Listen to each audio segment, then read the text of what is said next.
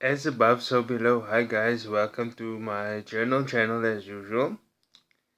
I was, in fact, just right about now talking to one of my friends who happens to be a blind person, and I happen to have cerebral palsy, and we were just sort of shooting the shit on social media.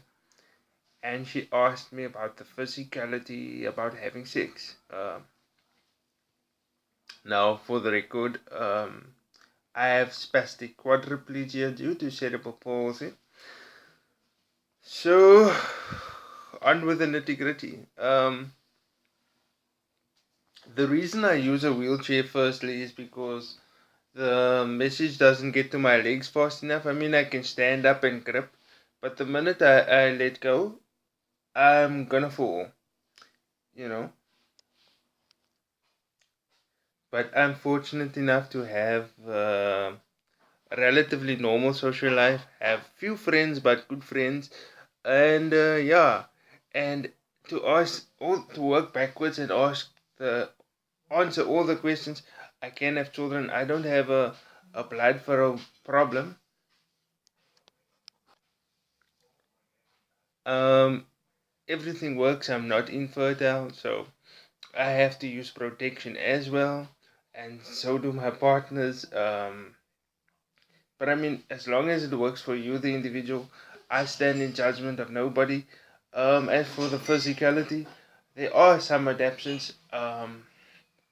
Most people have the misconception that I'm the one that's always on the bottom. That doesn't need to be so, but the thrusting movement is different. So if you, instead of the, sorry for the perverse way of putting it, instead of the usual up and down or in and out motion, I prefer to use sort of a rowing machine thrusting forward motion.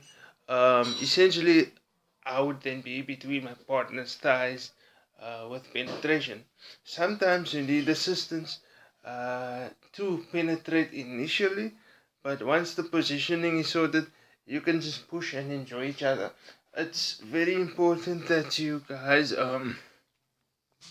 enjoy the mind thing together, that the conversation flows before and after, and that if it's just a hoe and bro thing, you guys need to sort that out because,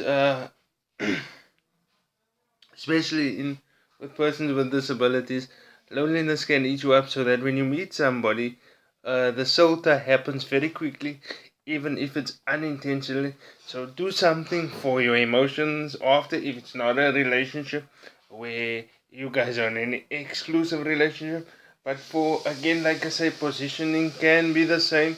You can do a reverse cowgirl, reverse cowboy. You can even do an adapted version of doggy style, which is sort of sitting on your lap and you find some place to pull where you, by you laying on your side, or something like that. But that's all the things around penetrative sex, anal or vaginal. That's your thing. Um, but for, and this is something I really enjoy because I have more control.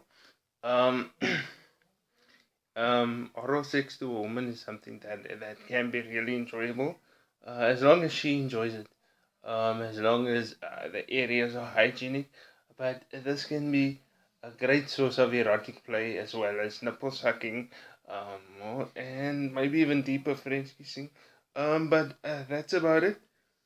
Yeah, like I said, but of chief importance, keep your mind fresh and you find a release valve for those emotions if it's just a hoe and bro situation. Um, but give it everything. And this is why I say find a release valve for the emotions. Anyway, guys, um, for my other client who subscribes to this, Sex Rights Africa, they may put this on their channel as well. You can find them on sexrightsafrica.co.za. You can just type them up on Facebook. Um, I will not link to them to my into my description, but you can just type them up straight up in Google. And yeah, that's about it from me. No judgment, guys. On the condom thing, somebody like me, I can't use a condom myself. I need the help of a partner or somebody that I really trust. But there's no shame in asking for help, especially if that help is going to lead to some pleasure. But any questions, look me up in the comments and we can take it from there.